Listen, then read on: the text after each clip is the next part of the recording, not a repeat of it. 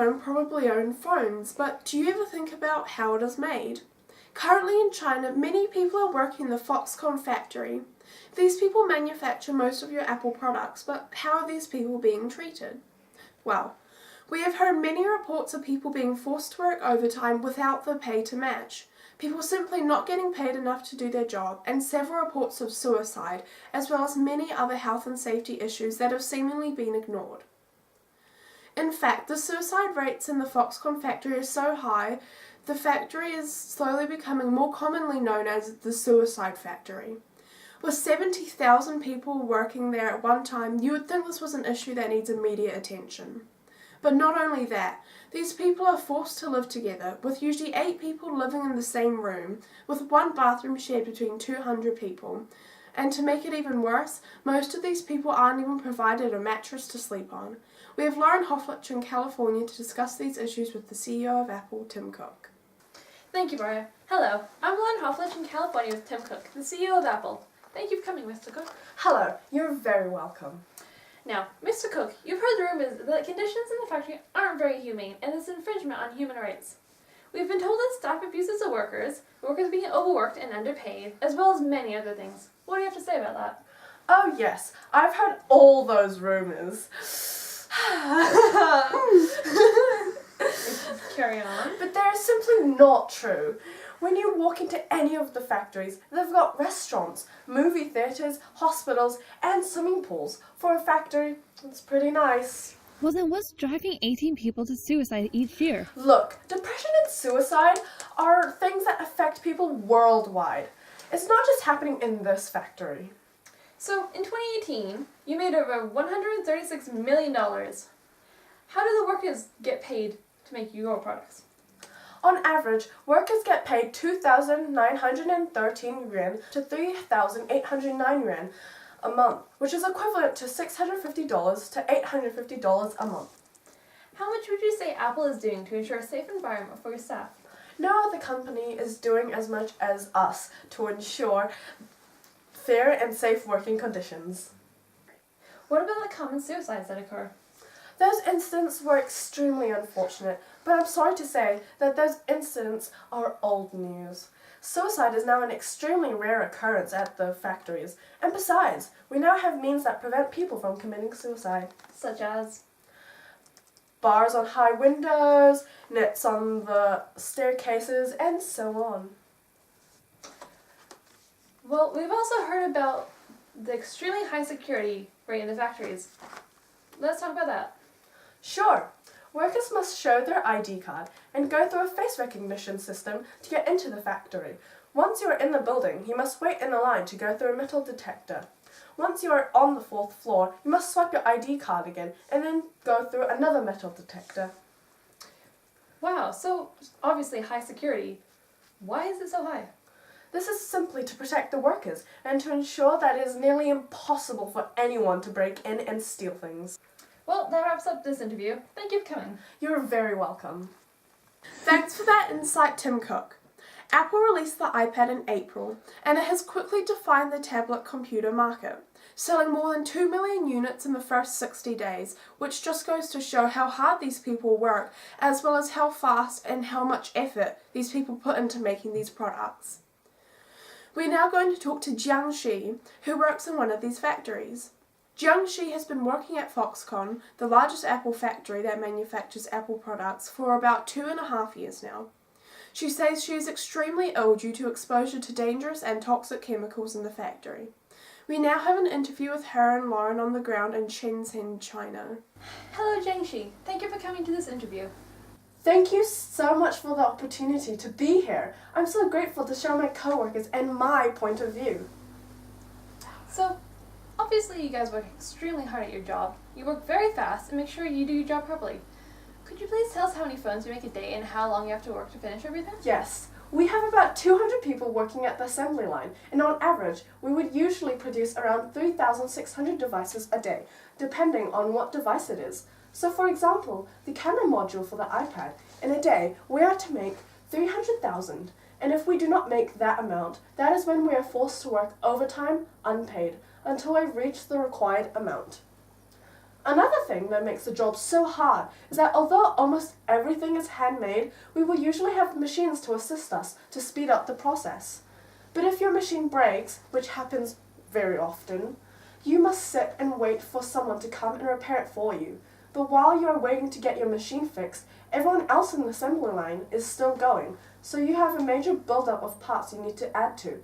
So when your machine is fixed and you can continue working, you kind of need to play catch up. Because even though time is spent fixing your machine, you still need to create the required amount of parts each day. And if you don't, you will need to work overtime unpaid until you finish. Now, I hear that you're doing nothing but screwing in one screw in a phone for 12 hours a day, but only getting paid for 10. Is that true? Yes, that is true. For 12 tedious hours, I screw a tiny screw into the camera, but of course I only get paid for 10 hours. Well, that must obviously be quite exhausting mentally and physically, and could really put a strain on your well-being.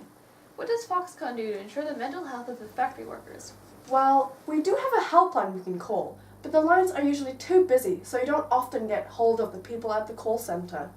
And another thing the factory does that is absolutely insane is that when you first sign up for the job, they make you sign a pledge promising not to try and kill yourself while working at the factory.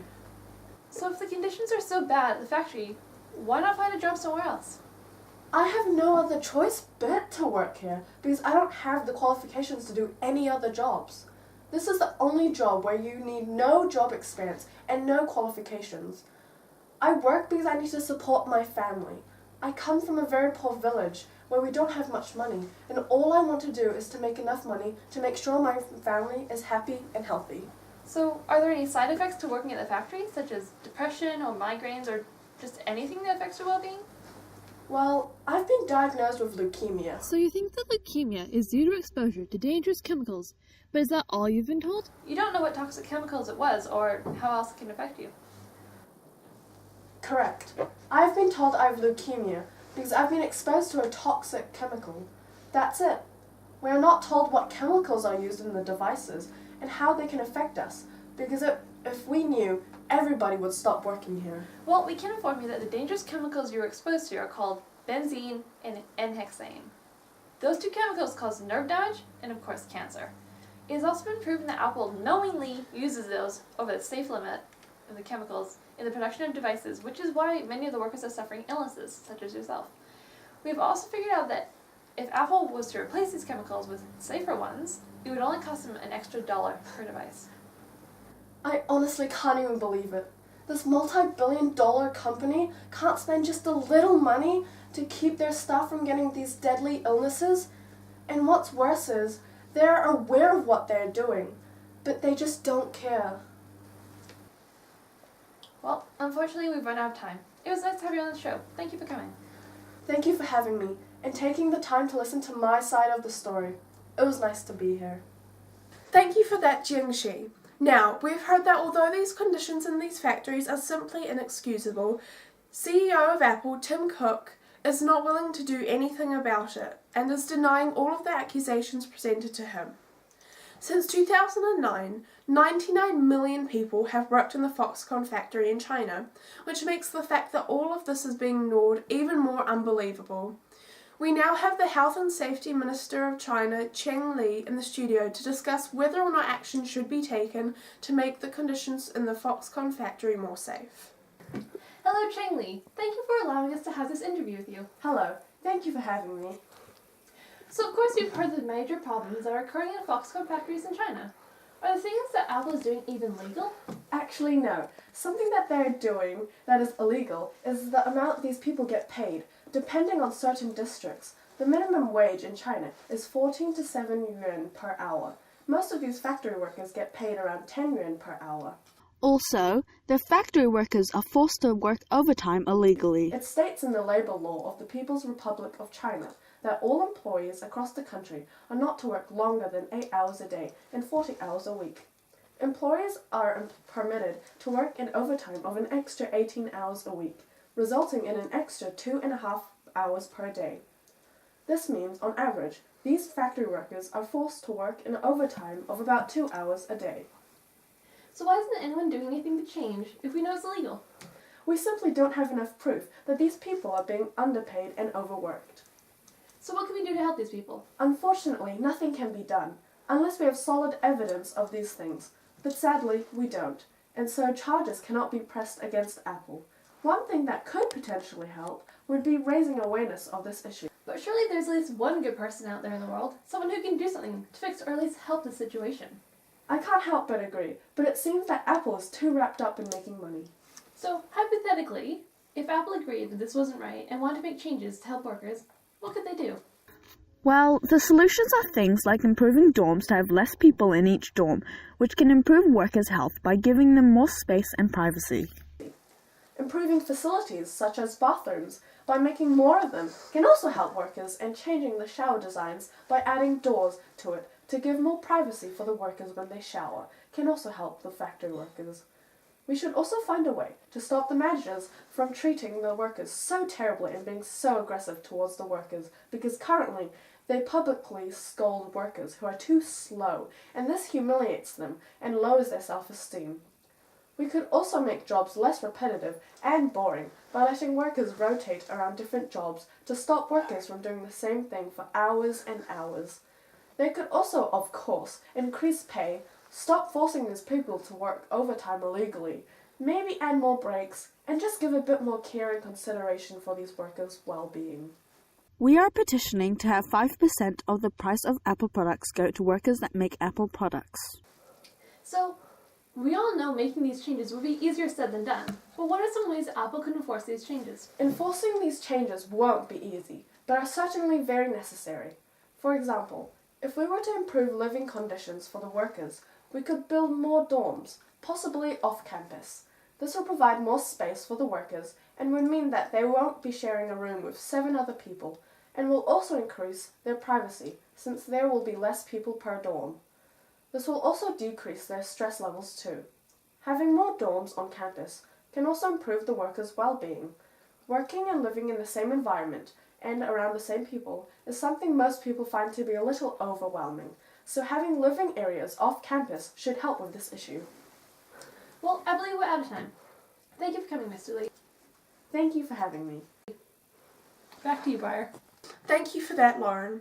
According to Andy Grove, in the 1970s there are about 150,000 Americans working in the computer industry. Between the 1970s and now, the computer industry economic footprint grew from being a $20 billion a year industry to a $200 billion a year industry. Bearing this in mind, you can predict that the computer industry is only going to grow bigger. You could also presume that because of this, more people are going to be hired to work in these factories. We can only hope that the conditions in these factories improve as the amount of employees grow. That is all for that issue. Max Green with the weather.